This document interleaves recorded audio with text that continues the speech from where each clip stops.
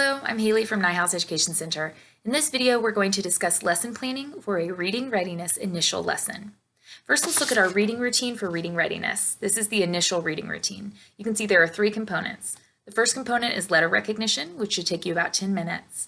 The second component is phonological awareness. That will take 5 minutes. And the third component is oral language. That will also take 5 minutes. Remember that reading readiness is intended to be first-line instruction for a whole group in the classroom. While you might need to use different components of this in small group instruction to reteach or catch students up, the bulk of the lesson should be done whole group.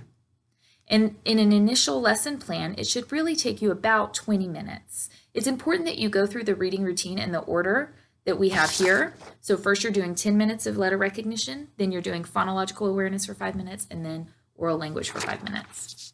Thinking about the timing of each of these components, 5 minutes, 10 minutes, that's a lot of time. If students know the routines and expectations, you can get through a lot of material.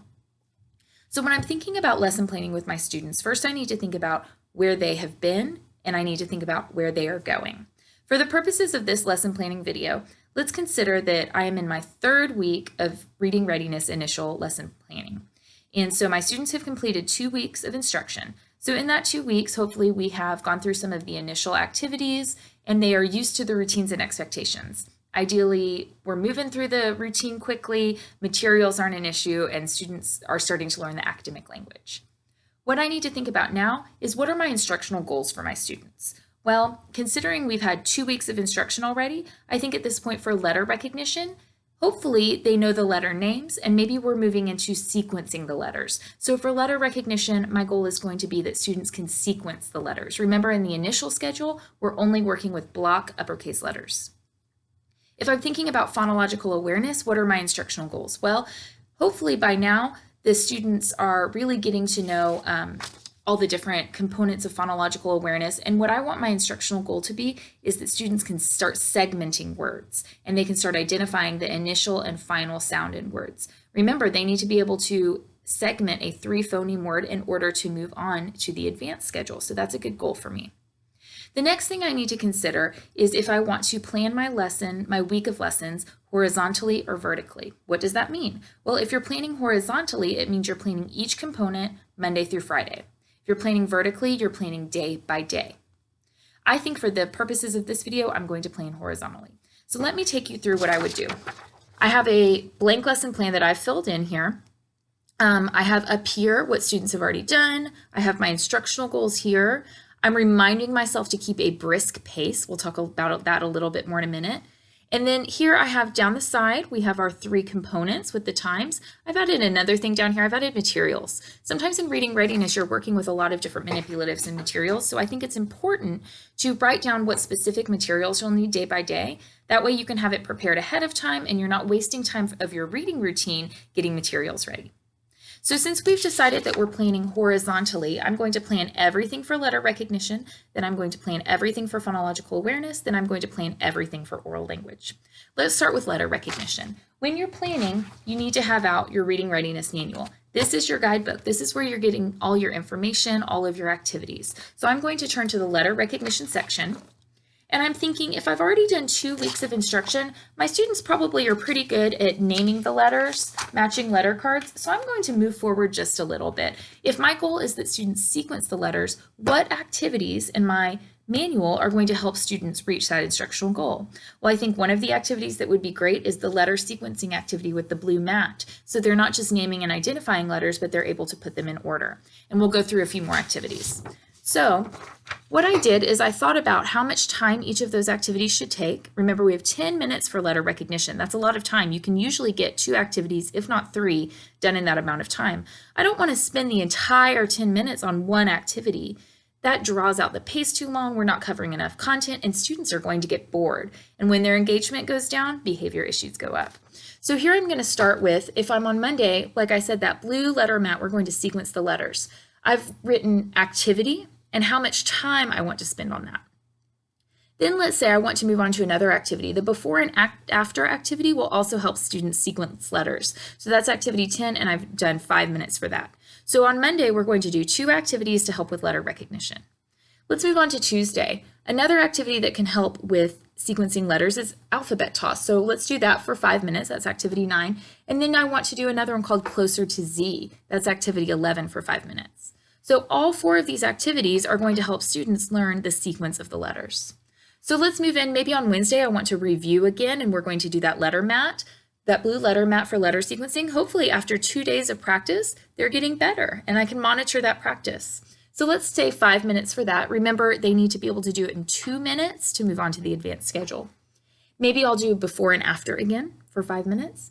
Then, since we've done all of these activities this week, I think they should go a little bit quicker at this point. Students know the expectations, the routines, we're better at managing materials. So on Thursday, I'm going to try to do 3 different activities. Let's say we do alphabet toss for 3 minutes, Closer to Z for 3 minutes, and then maybe I'll try random placement for the other 4 minutes. That's activity 13.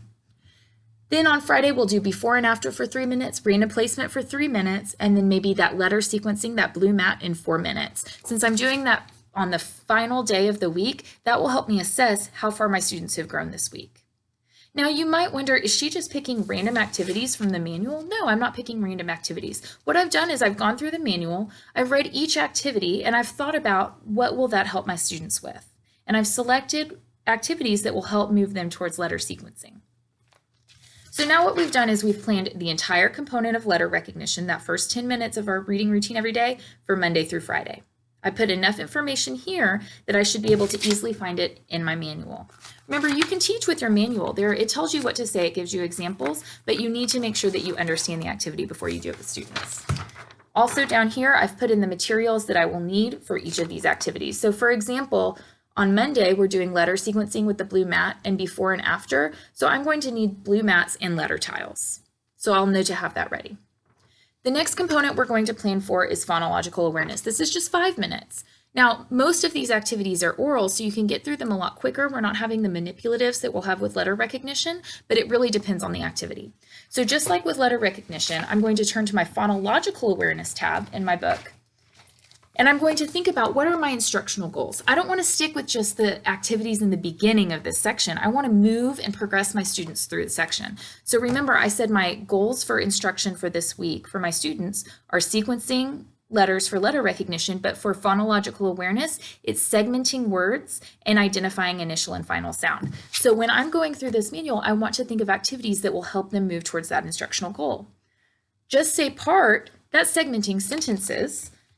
I'm not sure that's going to help move my students toward the goal. Saying silly sentences, that's not going to help them move towards the goal. I want to pick activities that are going to move them towards the goal. So let's talk about that. I've decided that counting words and sentences is going to help prep them for segmenting. I'm going to spend 3 minutes on that, and then I'm going to do the 2-in-1 activity on page 17. It's going to help them segment words. This is kind of starting big picture, moving to smaller picture. It's only 5 minutes, but both of these activities are oral, so it should be pretty quick. Then I have on Tuesday, we're going to count words and sentences and then start identifying syllables. 2 minutes and 3 minutes. We're moving through it quickly. I'm giving them lots of examples and they're getting lots of time to practice. On Wednesday, we're going to continue with identifying syllables and then start identifying initial sounds. On Thursday, we're going to do initial sounds and final sounds. And again, on Friday, we'll do initial sounds and final sounds. Hopefully these activities will help move my students toward the instructional goal of identifying initial and final sounds. Let's look at those activities, initial and final sounds, really quick. That's on page 22 of my manual. So I'm going to turn to page 22. You can see that there are a lot of examples, and I only dedicated 2 or 3 minutes of the time to this. Do you think I'm going to get through the entire list in 2 to 3 minutes? No, I might get through 5 or 10 examples in 2 to 3 minutes. So what I'm going to do is, just using a pencil in my manual, I'm going to mark where I leave off so that I know where to start the next day. I might circle the number of any that my students struggled with so I can make sure and go back and repeat that example for them. So just because it's one activity on one page doesn't mean you would finish it in one day. We want to review and continue building on their knowledge. So now I've planned an entire week for phonological awareness. I've taken into account the time I have, 5 minutes, what my instructional goals are, and how I'm going to build towards that instructional goal. The last one I have is oral language. Luckily, this one's a little bit easier to plan for because it's mostly done Monday through Friday for you in your manual. So let's look in the oral language section of your manual. I'm going to turn back here. And if the very first page, it's going to tell you what you're doing Monday through Friday. So all I need to do is pick a unit that I want my kids to do. And it doesn't matter what unit you do. And it doesn't matter if it goes in and out of order. I would just choose something that's going to be engaging to your students. So I've chosen the dog unit, and I put it was on pages 14 and 15, and then I wrote the activities that they'll be doing each day.